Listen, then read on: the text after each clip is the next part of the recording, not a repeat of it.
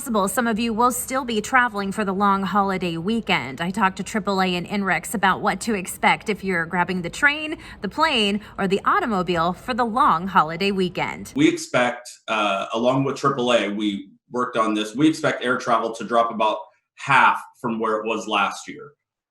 Again, with all the recent announcements coming out about possible, recommended quarantines and all these types of things, that number may be, plus or minus a few, but overall, definitely fewer people traveling by air. Sorry, hold please. That's okay. Sorry. No, I have a cat that has separation anxiety, and so you kind of just have to show your face. You're like, I'm here, and she'll stop. I'm just in the other room. So now with the restrictions here in Washington State, then Bob, I mean, because we started to see traffic kind of pick back up again, and I'm not saying like pre-COVID levels because we weren't looking at 48-minute drives or 72-minute drives or whatnot, but we definitely started to see the uptick of people hitting the roads.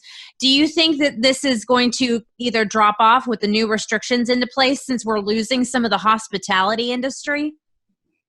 Yeah, definitely. So, we just started seeing traffic start to come back, especially during that evening commute. Mm-hmm. The morning commute was still kind of, closer to free flow speeds. Sure.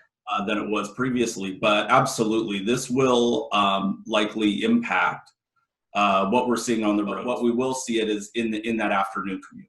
Okay, so then moving forward into our winter months and whatnot, there are more people crossing the mountain passes, though. Am I wrong on this?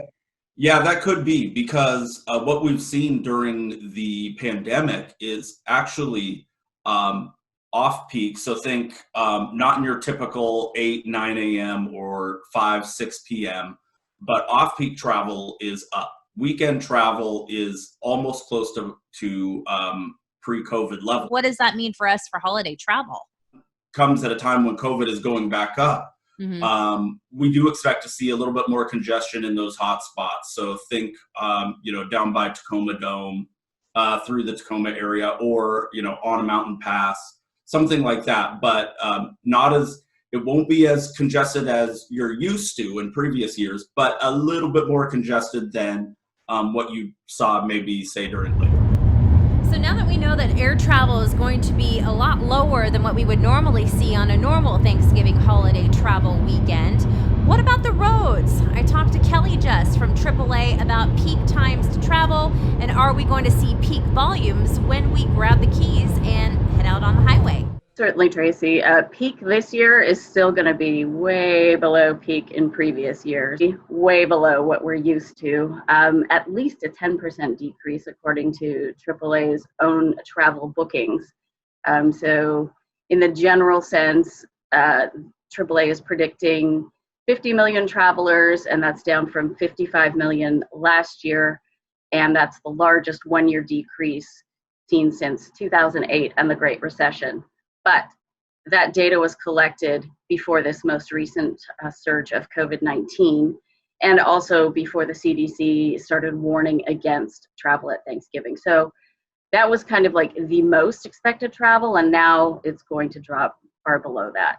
Some of the guidelines the CDC had sent out with this recent change and how they're really strongly encouraging people to please don't travel during Thanksgiving and Christmas. But I feel like people are going to do it anyway.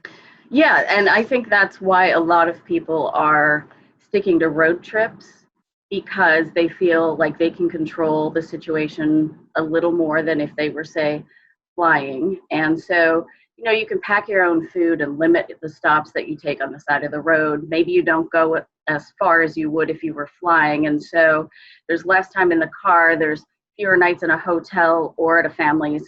And, you can pack your own supplies for hand sanitizer and face masks and wipes, and sort of feel like you're in control of your environment. So that's probably why we're only seeing road trips drop by about 4% this year, according to those projections, where air travel is 48%, almost half, and then other modes of transportation down by 76%.